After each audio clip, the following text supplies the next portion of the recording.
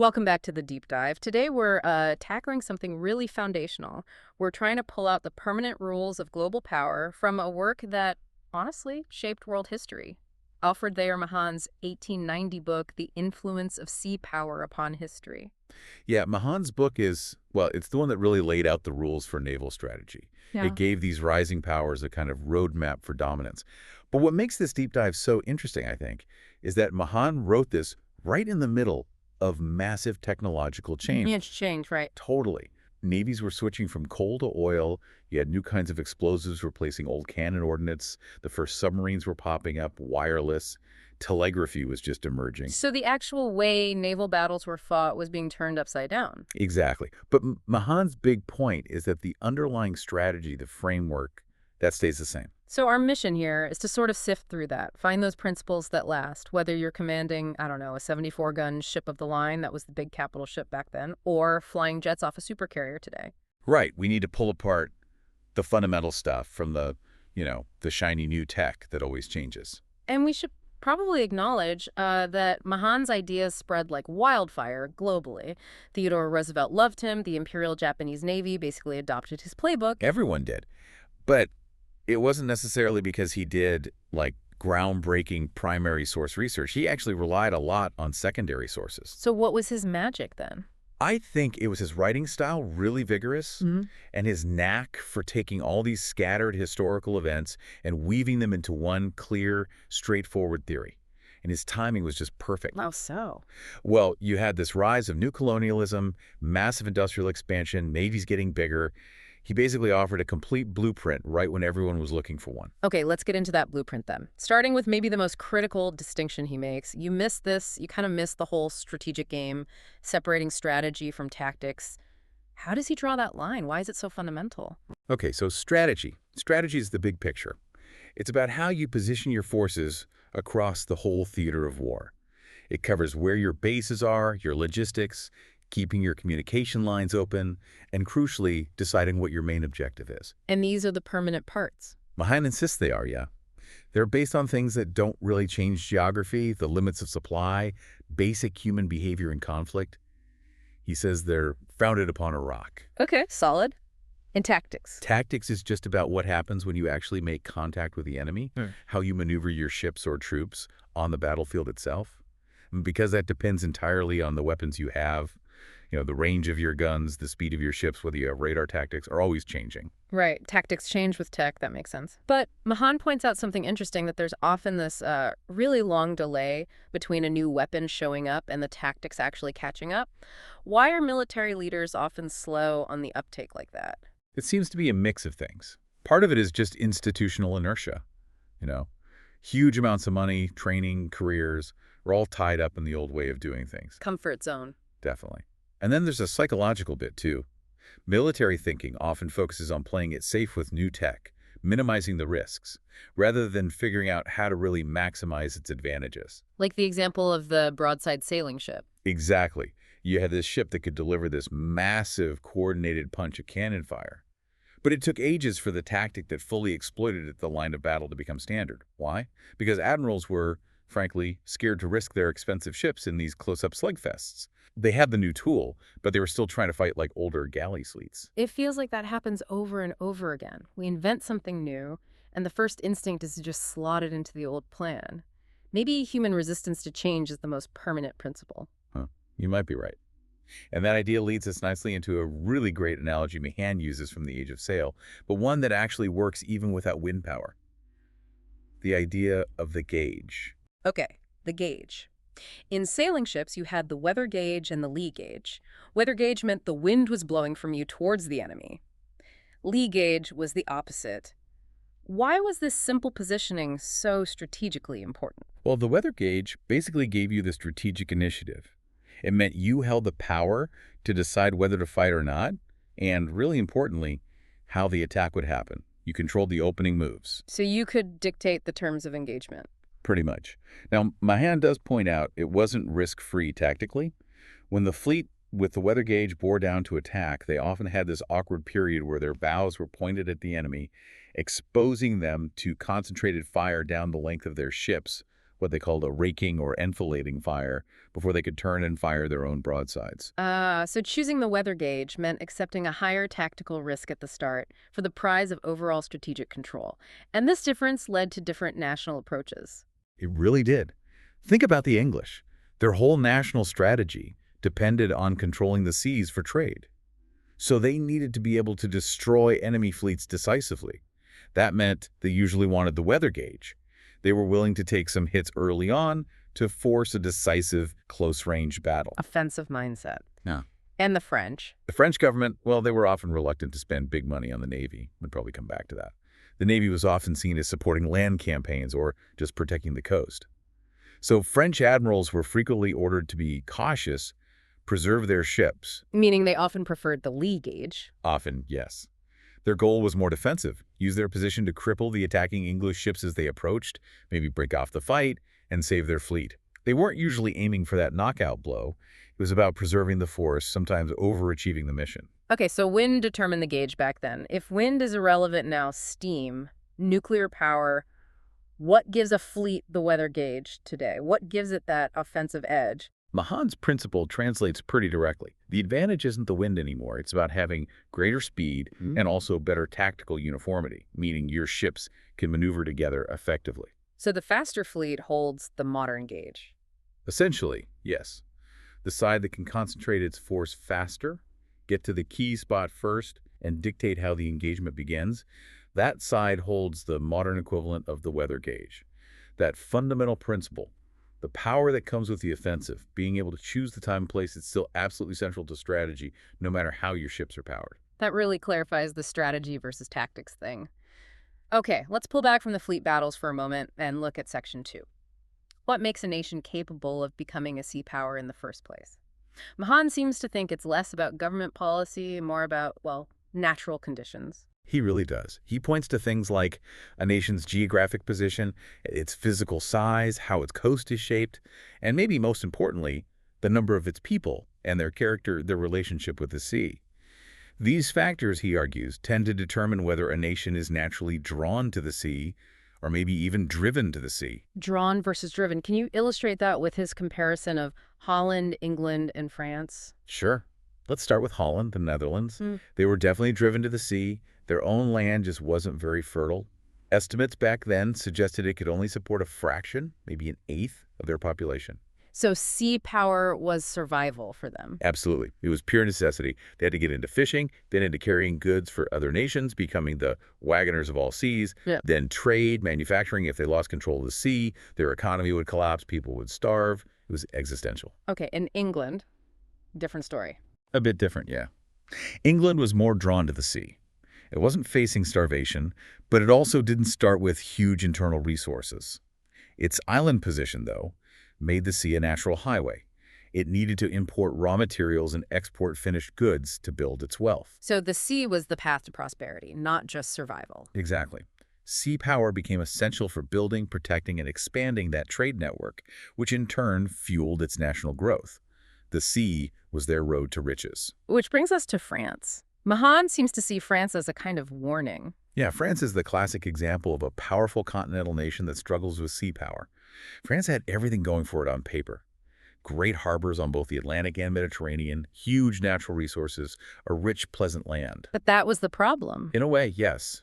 That internal wealth and comfort tended to pull the nation's focus, its money, its best minds away from the sea, which was, let's face it, a hard and dangerous life. Political power was centered far inland in Paris. The Navy often became an afterthought, secondary to the army. And Mahan uses this French example to warn the U.S., right? This was around 1890. He does, quite directly. He thought that the early American colonies, hugging the coast, with plenty of timber for shipbuilding, naturally had a strong maritime leaning. But as the U.S. expanded westward, developing all this incredible wealth in the interior, the farms, the factories, the Great Lakes, the Mississippi Valley. The focus shifted inland. Right. Mahan worried that the center of political power, investment, and just general public interest would move away from the coasts, and that risks creating the same situation as in France. The maritime frontiers, and the Navy needed to protect them, become politically weak, underfunded, maybe even ignored. That natural connection to the sea gets lost because the country feels self-sufficient. Until it suddenly isn't. Precisely. Until some external threat forces you to realize you needed that sea power after all. It's a fascinating idea that national wealth can actually breed a dangerous kind of strategic complacency. Okay, what about coastline length? You'd think a longer coastline automatically equals more sea power potential, but Mahan says not necessarily. Yeah, he turns that idea on its head. He uses a military metaphor. A country is like a fortress, and the garrison must be proportioned to the intent. The intent is the defensive perimeter, the walls. So a long coastline is like having really long fortress walls. Exactly. And long walls are only a strength if you have enough soldiers that garrison to man them effectively. So a long coastline only helps if the nation has the population, the seafaring skills, and the naval forces needed to actually defend that whole length. Otherwise, it just gives the enemy more places to attack. It becomes a huge vulnerability. The classic example he uses is the American Civil War. The Confederacy had this immense coastline, thousands of miles. Did it help them? Not really, no. The Union blockade strangled them. It became a major source of weakness. The Union blockade, while a massive undertaking for the North, effectively cut the South off and allowed the Union to penetrate deep into their territory via rivers. That long coastline became a liability because the South simply didn't have a large enough seafaring population or a navy big enough to defend it. So the coast itself wasn't the problem. It was the mismatch between the length of the coast and the resources available to defend it. Correct. It stretched their already limited resources incredibly thin. If the Confederacy had been, say, a nation of sailors like the Dutch, that blockade would have been far, far harder, maybe impossible, for the Union to maintain effectively over such a distance. That leads us to another element, national character, specifically how a nation pursues wealth. Mahan draws a sharp contrast between Spain's approach, basically avarice, and the Dutch-English model of trade and labor. This is fundamental to understanding why some sea powers lasted and others didn't. Spain and Portugal in the early colonial era were obsessed with gold and silver, precious metals. Stuff you can pile up in a vault. Exactly. Highly concentrated wealth. It didn't require huge numbers of ships to transport relatively small bulk for its value. They often got it through conquest, not steady industry. And because it was so concentrated, it was a very tempting and relatively easy target for enemies. Like English privateers grabbing a Spanish treasure galleon, one hit could be a huge blow. A massive blow. Plus, that focus meant Spain never really developed a broad industrial base or a large, resilient merchant fleet carrying diverse goods. Their imperial wealth depended on those few, vulnerable treasure shipments. Cut those off, and you cripple the empire. Okay, contrast that with the Dutch and English. They built their wealth differently. Through hard work, manufacturing, and extensive trade in all sorts of goods, timber, textiles, grain, you name it. So their wealth was spread out. So spread across thousands and thousands of ships, carrying everyday goods as well as valuables, sailing all over the globe. It was much more resilient. Mahan points out that even during the Napoleonic Wars, when French privateers captured huge numbers of British merchant ships, thousands, literally Britain's overall trade and prosperity kept growing. Individual merchants might get ruined, but the system itself endured. Exactly. The system was robust because it was based on continuous production and exchange, not just grabbing treasure. So, for Mahan, shipping and commerce aren't the goal in themselves, but they are the vital, indispensable link between a nation's productive capacity, its markets, and its colonies. They're the lifeblood that the Navy exists to protect. Commerce is the foundation, the Navy is the shield. Got it. Okay, the final element he talks about is personnel. Having the actual people to man the ships, especially in wartime, the reserve force. Right. You need a population that has some natural affinity for the sea, or at least the toughness and technical skills needed for that life. Historically, this often came from large merchant marines or fishing fleets, people already used to the work. And he tells a really great story about one British admiral in 1793 finding sailors in an unusual place. Ah, yes, Sir Edward Pellew. Fantastic story. War breaks out with France. Pellew needs to man his frigate, the Nymph, but experienced sailors are scarce. He needs landsmen to fill out the crew, but he doesn't just grab anyone. Who does he go for? He specifically recruits Cornish miners. Miners. That seems, well, counterintuitive. His thinking was brilliant, though. He reasoned that mining was an incredibly dangerous, physically demanding job, often done in tight, dark spaces, requiring discipline and the handling of complex machinery like pumps and hoists. He figured these men already had the core aptitudes needed for life, aboard a warship: courage, discipline, mechanical sense. That's really thinking outside the box about skills transfer. Did it actually work out? Amazingly well. Pelou's nymph, largely crewed by these miners-turned-sailors, fought and captured the French frigate Cleopatra in one of the first major single-ship actions of the war. It was a huge boost to British morale. Wow. It just proved Pelou's point, and Mahan uses it to illustrate that the real strength of a navy lies not just in the ships or the budget, but in the underlying quality and adaptability of the nation's people. Hmm. That human resource is critical. And it underlines another point you touched on. If a nation isn't naturally military in its focus, it absolutely needs leaders who can buy time at the start of a war. Exactly. Time to mobilize those resources, train those miners, get the whole system up and running. If your professional standing forces are defeated quickly, right at the outset, then all that potential national power, the miners, the factories, the wealth, might not matter. You can be strategically knocked out before you even get into the fight. Time is maybe the ultimate strategic commodity. Okay, let's shift gears now and see how these principles, concentration, focusing on the objective, the vital role of sea control, played out in some key historical conflicts. We have to start with the big one from antiquity, the Punic Wars, Rome versus Carthage. Mahan argues Roman sea power was decisive, even if historians sometimes skim over the naval side. Right, everyone talks about Hannibal crossing the Alps with elephants, which is dramatic, of course. But Mahan looks at the strategic consequences of Rome controlling the Mediterranean, the first big one.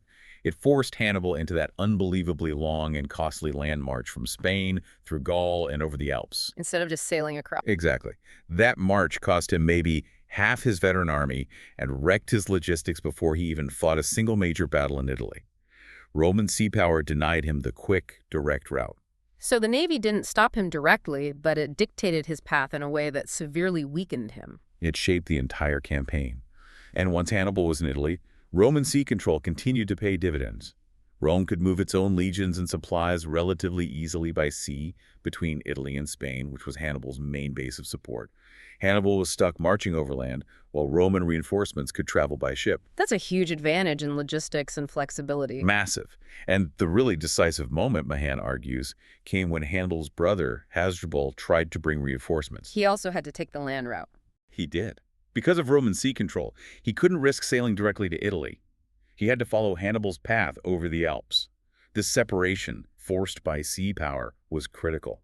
When Hasdrubal finally got into Italy, the Romans were able to intercept his messengers, find out where he was, concentrate their forces, and destroy his army completely at the Battle of the Metaurus before he could link up with Hannibal. And if Hasdrubal had been able to sail, or at least communicate reliably, the war could have gone very differently. Imagine those fresh Carthaginian troops arriving directly by sea to reinforce Hannibal. It might have been enough to tip the balance. Roman sea power wasn't totally perfect. Individual ships could sometimes slip through, but it prevented Carthage from sending the kind of sustained, large-scale military support by sea that Hannibal really needed to win a long war so far from home.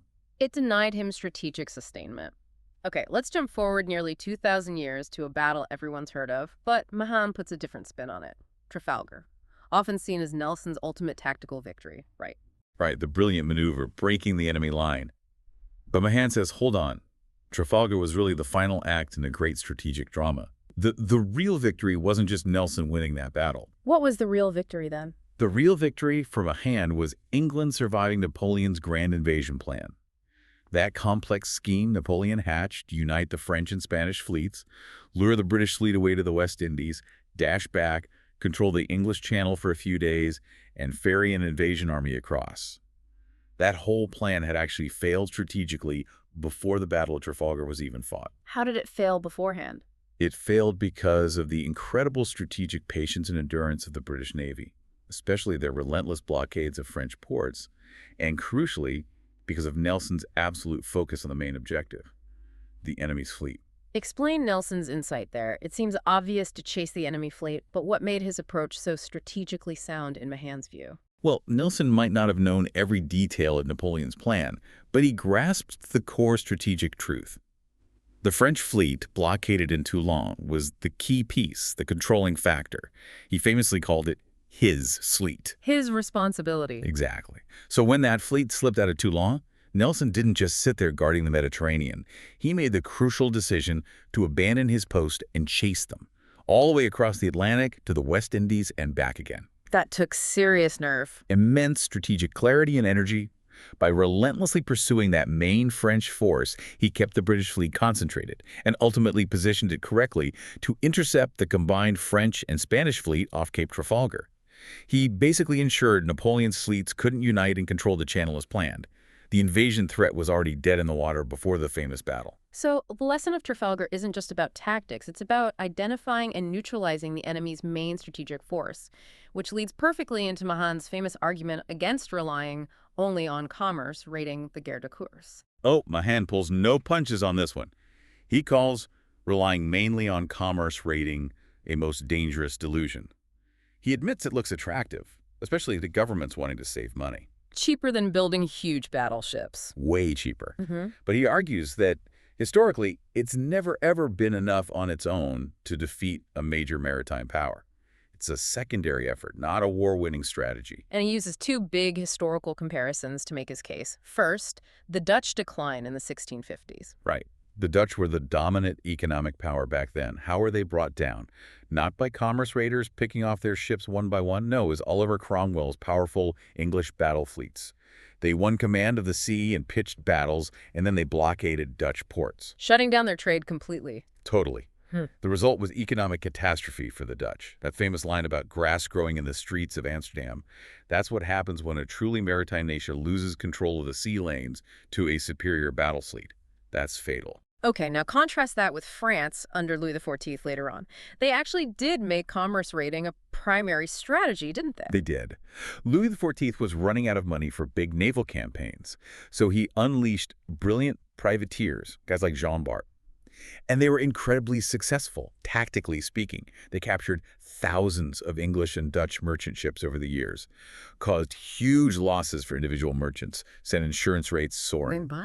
But because the French didn't seriously challenge the main English battle fleet for control of the sea, English trade overall kept going. Remember, their wealth was spread across that huge, diverse merchant marine. Losing ships hurt, but it didn't break the system. England's national wealth and power continued to grow steadily throughout that period, despite the heavy losses to privateers. So the raiding was painful but not fatal because the core of the battle fleet and the ability to trade remained intact. Precisely. Mahan's conclusion is clear. Commerce raiding can be a useful supporting activity, but only if you also have a powerful battle fleet that can either defeat the enemy's main fleet or at least tie it down, preventing it from hunting your raiders and protecting its own trade. If you try to do commerce raiding instead of having a strong fleet just to save money, your efforts are basically unsubstantial and evanescent, as Mahan puts it. Your raiders will eventually get caught, and you won't inflict decisive harm on the enemy nation. You need the capital ships, the main fleet, to secure the control that makes everything else possible. Sacrificing the fleet for the sake of economy is strategic suicide in the long run. that really sets the stage for what might be the ultimate case study Mahan uses, the American Revolution. Because there, the fate of Washington's army on land really did hang on what happened at sea. It's the perfect illustration. And what's fascinating is that Washington himself, fundamentally an army guy, understood and articulated the absolute necessity of sea power, maybe better than some of the admirals involved. You're talking about his famous quote. That's the one. In any operation, and under all circumstances, a decisive naval superiority is to be considered as a fundamental principle, and the basis upon which every hope of success must ultimately depend. You can't get much clearer than that. And before France entered the war in 1778, Washington really felt the lack of that naval superiority, didn't he? Absolutely. He was basically stuck reacting. The British, controlling the sea, could move their armies up and down the coast relatively easily by ship, landing wherever they wanted, forcing Washington into these long, exhausting overland marches to try and counter them. This strategic initiative lay entirely with the British because they owned the waterways. But when the French fleet arrived, the whole strategic equation changed. Suddenly, Washington could think offensively. Completely. Now, he had a potential partner to achieve his ultimate strategic goal, trapping a major British army between his forces on land and a French fleet controlling the sea, cutting off escape and reinforcement and encirclement. And he almost pulled it off early on near New York. He did. The French admiral, Comte d'Estaing, showed up and actually achieved temporary naval superiority over the British fleet under Admiral Howe right off New York. The plan was there, trap the main British army. But it fell through. Why? Apparently, the problem was geography. There was a sandbar at the entrance to New York Harbor that D'Estaing's biggest, heaviest warships couldn't cross. So the British fleet could shelter inside, using the sandbar as what Mahan calls unassailable cover. A frustrating near miss. But the concept was proven sound, and it finally came together 3 years later at Yorktown, Virginia in 1781. This is the textbook example. It really is. The British General Cornwallis had marched his army down into the Chesapeake Bay region, setting up a base at Yorktown. Critically, he was relying entirely on the British Navy controlling the Chesapeake Bay for supplies, reinforcements, or even evacuation back to the main British base in New York. A major strategic gamble on sea control holding. A fatal gamble, as it turned out. Because this time, the French Admiral de Grasse arrived in the Chesapeake with a large, powerful fleet, just as the British naval commander, Admiral Graves, sailed down from New York, expecting to, perhaps, intercept only a part of the French force. Instead, Graves ran right into de Grasse's main body. Exactly. He stumbled into the full French fleet waiting for him at the Battle of the Chesapeake Capes. Graves was outnumbered and effectively defeated, forced to withdraw back to New York, leaving Cornwallis completely isolated. And there was a detail about Graves maybe not having full intelligence. Yes, Mahan points this out.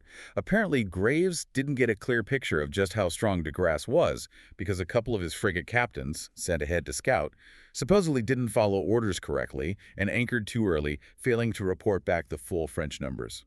A small failure in reconnaissance and discipline with huge consequences. So the French won the naval battle off the Capes. Which meant Cornwallis was trapped. Washington and the French General Rochambeau closed in on land. De Grasse blocked any escape or help by sea. Cornwallis had absolutely no choice but to surrender his entire army. Proving Washington's principle in the most dramatic way possible, the Navy truly cast the deciding vote. Undeniably. Without that French naval victory, Yorktown doesn't happen, and the war likely drags on, maybe with a very different outcome. Yep. But it's also important to note that while Yorktown was a decisive local victory, the overall French naval performance during the war wasn't always that aggressive. Right. You mentioned this earlier. The French doctrine often emphasized caution, what Mahan calls circumspection. Why was that? It really stemmed from French government policy. Building and maintaining warships was incredibly expensive, especially replacing ships lost in battle. The French government, often prioritizing the army or just trying to save money, frequently instructed its admirals to be extremely careful, to avoid decisive battles if possible, to preserve the fleet, the physical ships above all else. So the admiral's orders were sometimes to not risk winning too decisively. It sounds counterintuitive, but yes. They were told to prioritize keeping the fleet intact for ulterior projects or future needs, rather than seeking a crushing victory that might cost them ships they couldn't easily replace. Mahan criticizes this heavily, calling it a system which sapped moral power to save physical force. Giving up the chance for a big win to avoid potential losses. Exactly. It led to situations like the battle off Ushant early in the war, where the French arguably missed a chance for a bigger victory. Or later, after Yorktown, when de Grasse himself hesitated to attack a divided British fleet under Admiral Hood in the West Indies in 1782 because he didn't want to jeopardize other plans. They won key victories like the Chesapeake, but they never really went for the jugular to destroy British sea power completely, partly because of this ingrained cautiousness driven by budget constraints. But Mahan highlights one French admiral who completely bucked this trend, right? Suffren in the East Indies. Ah, Suffren. He's Mahan's great counterexample. Operating far away in the Indian Ocean between 1782 and 1783, Suffren basically ignored the cautious French doctrine and fought like an Englishman. Meaning he relentlessly sought out the British fleet under Admiral Hughes. He understood that the enemy's fleet was the primary objective, not just defending territory or avoiding battle. His motto was essentially attack, attack, attack. He forced Hughes into several fierce, though often tactically indecisive battles. And what was the strategic result of Suffren's aggression? Strategically, Suffren won. His constant pressure and willingness to fight eventually allowed the French to capture the vital British naval base of Trincomalee in Ceylon, modern Sri Lanka. This forced Admiral Hughes to abandon the entire east coast of India for a time. It was a major strategic success achieved through sheer offensive spirit. A victory for the English style of naval warfare, ironically achieved by a French admiral. Pretty much. But even Suffren's genius ran up against the limitations of the French system. Mahan includes these telling details about how Suffren's fleet was practically falling apart due to lack of supplies and support from France. At one point, his ships were so destitute they were actually using heavy anchor cables as makeshift rigging for their sails because proper rope wasn't available. Wow. So even this brilliant, aggressive commander was being undermined by the lack of logistical and financial commitment from his own government back home. It perfectly illustrates Mahan's larger point. Individual brilliance and sound strategy are crucial, but they need to be backed up by sustained national commitment, the industrial base, the financial resources, the trained personnel, the political will to truly succeed in the long run. Suffren achieved miracles, but he was fighting upstream against his own system's weaknesses. Okay, let's try to tie all these threads together then. We've covered a lot of ground, from ancient Rome to the Age of Sail. What are the absolute core permanent principles of sea power that Mahan wants us to take away? Principles that still matter today. I think it boils down to a few key things. First, real sea power isn't just about having ships. It's built on a nation's long-term economic health, its access to resources, its people's connection to the sea, and consistent government support. It's not something you can just buy off the shelf when a crisis hits. It's organic to the nation itself. Right. Second, the fundamental distinction between strategy and tactics holds true. Strategy, where you position your forces, what your ultimate objective is, how you maintain your supply lines. Those principles are relatively timeless, dictated by geography and logistics. Tactics, how you actually fight, will constantly evolve with technology. And the most important strategic objective. Always the enemy's main concentrated fighting force, their fleet. Mahan argues convincingly that controlling the sea by neutralizing the enemy's fleet is the necessary precondition for everything else. Protecting your trade, moving your own troops, projecting power ashore, blockading the enemy. Everything flows from command of the sea, and command comes from dealing with the enemy's fleet. Commerce raiding, coastal defense, those are secondary. And remember that point about time, especially for nations that aren't inherently military powers? Yes, absolutely critical.